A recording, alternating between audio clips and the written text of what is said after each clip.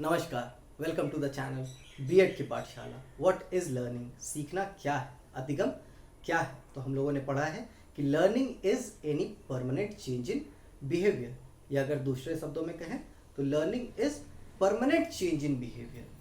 हमारे स्वभाव में, हमारे व्यवहार में जो भी परिवर्तन होते हैं वह होता है अधिगम, उसे कहते हैं हम लोग सीखना। तो उससे ही रिलेटेड टॉपिक आज हम लोग पढ़ने वाले हैं, factors related to teaching learning process. Start करने से पहले मैं एक रिक्वेस्ट कर दूं, अगर वीडियो आपको हेल्पफुल लगे तो वीडियो को लाइक करें, शेयर करें, चैनल को सब्सक्राइब करें, और अगर आपको कोई क्वेश्चन अराइज होता है तो आप वीडियो के कमेंट सेक्शन में पूछ सकते हैं, आपको रिप्लाई किया जाएगा। तो चलिए शुरू करते हैं। फैक्टर्स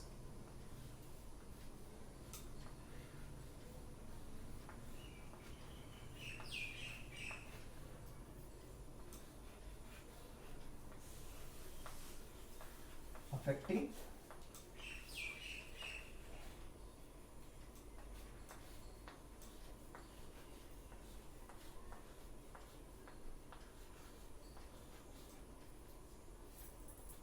teaching learning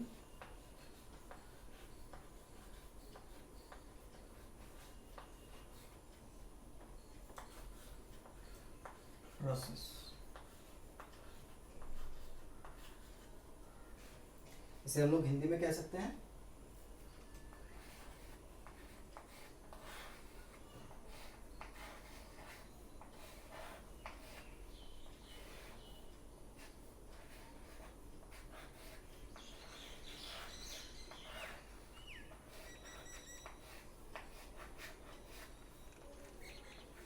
शिक्षण अधिगम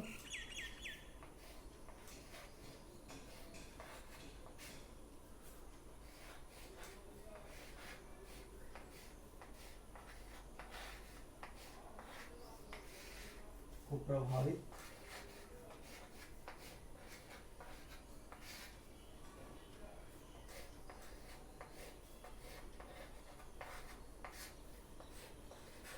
करने वाले कारक। हम लोगों ने पढ़ा है कि लर्निंग क्या है। लर्निंग एक जन्मजात प्रवृत्ति है, या ऐसा कहा जाए कि लर्निंग, सीखना, अधिगम मनुष्य के अंदर एक इनेट कैपेबिलिटी है। बच्चा जब जन्म लेता है तो उसके अंदर यह प्रवृत्ति होती है जन्म से ही कि वह सीख सकता है। अब मनुष्य कैसे सीखता है, बच्चा कैसे सीखता है? तो सीखने की दो प्रक्रियाएं हैं, एक स्वयं के द्वारा सीखना और एक जब कोई दूसरा सिखाए तो सीखना। तो हमारे दो प्रक्रियाएं हैं, अधिगम के सीखने की दो प्रक्रियाएं हैं। परंतु ऐसा बोला जाता है या ऐसा देखा भी गया है कि सीखने के लिए अगर बच्चा स्वयं तैयार नहीं है तो उसे कोई दूसरा नहीं सिखा सकता है। तो सीखने के लिए इच्छा शक्ति का होना बहुत आवश्यक है। हमारे तरफ एक कहावत भी है कि अगर किसी को पेड़ पर ठेल करके नहीं चढ़ाया जा सकता है, पेड़ पर ठेल करके नहीं चढ़ाया जा सकता है का मतलब है कि अगर किसी की इच्छा ही नहीं है पेड़ पर चढ़ने की तो उसे पेड़ पर चढ़ाना मुश्किल है, या कहा जाए नामुमकिन है। तो यहाँ पर विल पावर का, इच्छा शक्ति का बहुत बड़ा रोल होता है सीखने में, अधिगम में। अब सीखना जो है वह हमारे 5 कंपोनेंट्स हैं सीखने में, या कहा जाए सीखना 5 भागों पर आधारित होता है।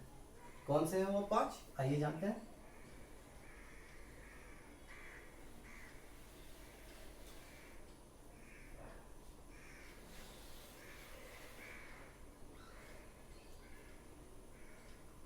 पहला कंपोनेंट होता है स्टूडेंट,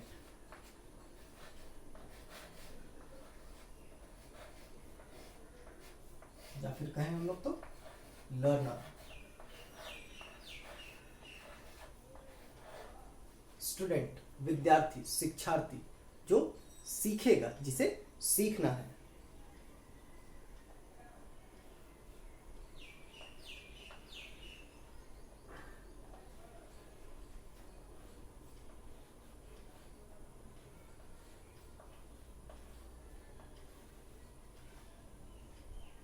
सेकेंड कंपोनेंट है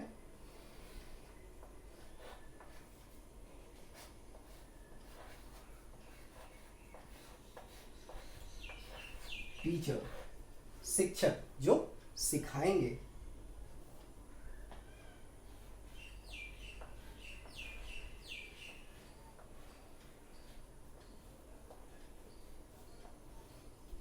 The third one is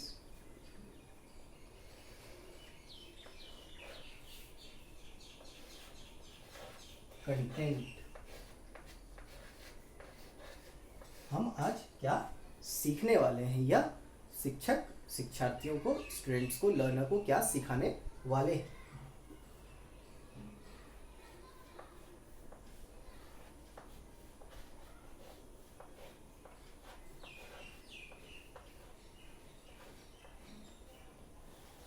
पाठ्य वस्तु।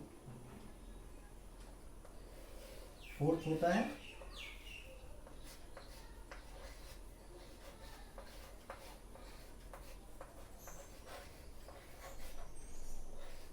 टीचिंग मेथड, कैसे सिखाया जाएगा, किन विधियों का प्रयोग किया जाएगा।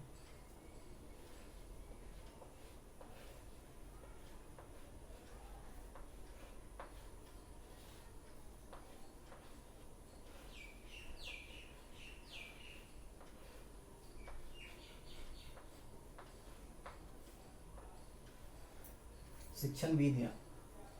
The last one is, I'm going to write it here, is teaching learning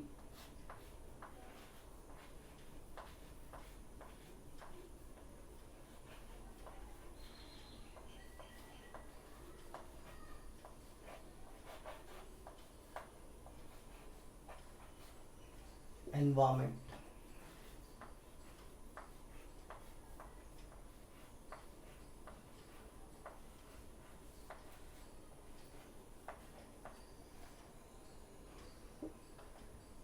हम लोग पर्यावरण लिख सकते हैं।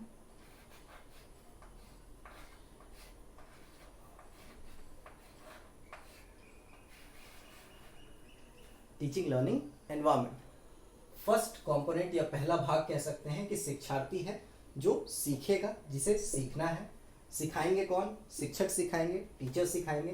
क्या सिखाएंगे? कंटेंट, पाठ्य वस्तु। कैसे सिखाएंगे? टीचिंग मेथड, शिक्षण विधियां। And the last one is कि कैसा वातावरण है। हम लोगों ने बात भी की है रिलैक्स्ड एटमॉस्फेयर के बारे में, शांत वातावरण के बारे में। तो वातावरण कैसा है, क्या वह सीखने के लिए अनुकूल है या नहीं है। तो हम लोगों ने पढ़ा है आज 5 पार्ट्स के बारे में, 5 भाग के बारे में। इनको हम लोग और भी डिटेल में जानेंगे और समझेंगे। Thank you.